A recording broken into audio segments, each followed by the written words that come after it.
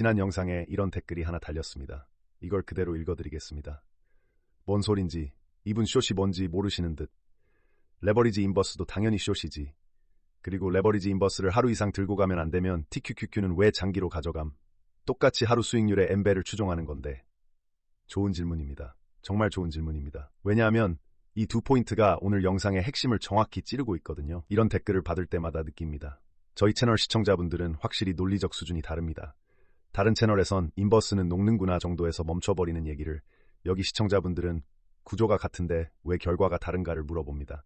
정확한 지점을 집어내십니다. 오늘의 이 댓글이 그 수준을 보여주는 대표적인 예입니다. 이런 댓글 남겨주시는 분들 진심으로 감사드립니다. 덕분에 저희 영상의 깊이가 시청자분들과 같이 올라갑니다. 그리고 솔직히 말씀드릴 게 하나 더 있습니다. 지난 영상을 다 만들고 업로드하고 나서 저도 이런 생각이 들었습니다. 분량 때문에 너무 단순화해서 이야기했구나. 인버스는 숏이 아니다 라고 단호하게 찍고 지나갔는데 그 한 문장 뒤에 숨어있는 논리 단계들을 충분히 풀어드리지 못했다. 오늘 달린 이 댓글은 제가 생략했던 그 논리 단계들을 정확히 짚어주신 겁니다. 그래서 오늘은 분량 구애받지 않고 제대로 풀어보겠습니다. 솔직히 말씀드리면 댓글의 두 포인트 모두 부분적으로 맞습니다. 그래서 오늘은 이 댓글에 정면으로 답합니다. 첫째, 레버리지 인버스가 숏이 맞냐 아니냐. 둘째, 인버스랑 TQQQ가 같은 구조인데 왜 한쪽은 하루만 들고 한쪽은 장기로 가져가느냐. 두 질문 순서대로 풀겠습니다. 첫째, 레버리지 인버스도 숏이냐. 용어의 두 가지 레벨부터 구분하겠습니다. 포지션 분류 레벨에서 보면 인버스 ETF 보유는 합성 숏 포지션으로 분류됩니다. 이 레벨에서는 인버스도 숏이라고 부를 수 있습니다. 맞습니다. 리스크 매니저가 net short exposure를 계산할 때 인버스 ETF 보유도 포함시킵니다.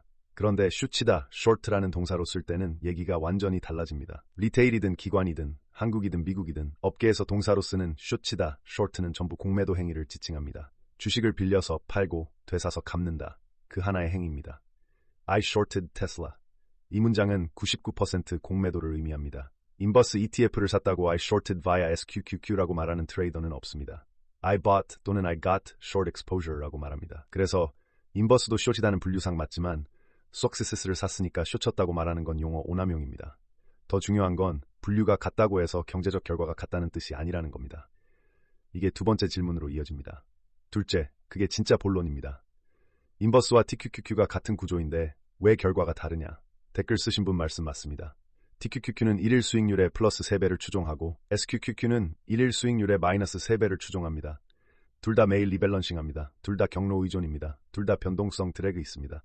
수학적 구조 완전히 똑같습니다. 그런데 왜 한쪽은 장기 보유를 고려할 수 있고 다른 쪽은 장기 보유하면 안 되느냐? 답은 단 하나입니다. 드리프트의 방향. 드리프트가 뭐냐? 시장이 장기적으로 어느 방향으로 흘러가는가? 그 기울기입니다. 나스닥은 장기 우상향입니다. 연단위 상승 확률이 약 70%, 10년 단위론 95% 이상. 이게 TQQQ와 SQQQ의 운명을 가릅니다. 실전 확률로 풀어드립니다.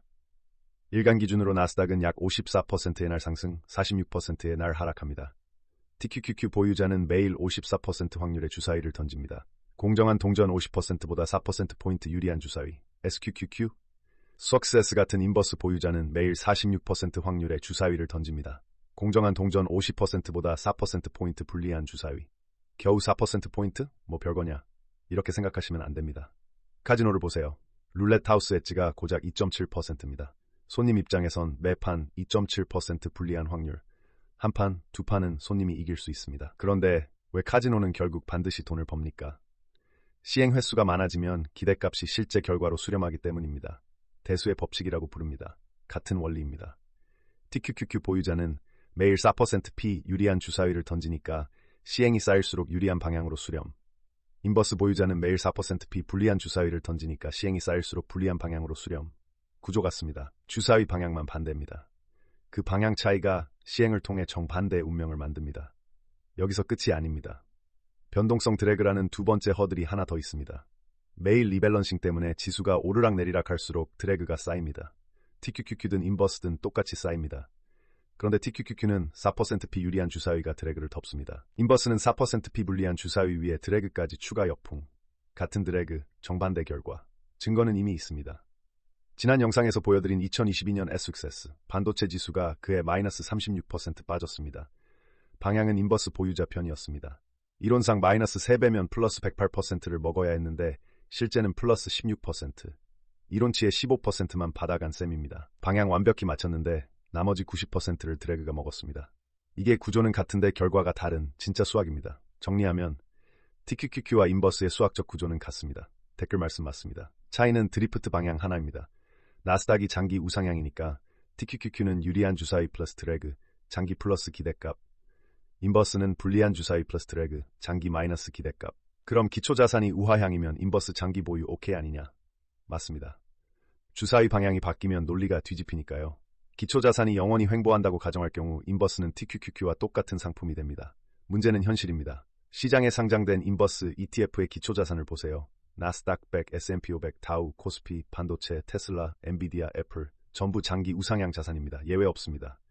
즉, 여러분이 살 수 있는 인버스는 구조적으로 전부 불리한 주사위입니다. 마지막으로 TQQQ는 장기 보유해도 되냐? 아닙니다. 이것도 명확히 해야 합니다. 닷컴 버블 때 QQQ는 마이너스 83% 빠졌습니다. TQQQ가 그때 있었다면 시밀상 마이너스 99.94%, 1만 달러가 6달러 됩니다. 돌아올 수 없는 자리까지 녹습니다. 유리한 주사위라도 큰 역행 구간에 장기 노출되면 회복 불가능한 지점까지 떨어집니다. 그래서 TQQQ도 무조건 장기 보유 OK가 아니라 조건부 OK입니다. 조건은 하나, 흐름이 꺾이기 전에 빠져나올 것. 200일선이나 변동성 지표 같은 리스크 관리가 필수입니다.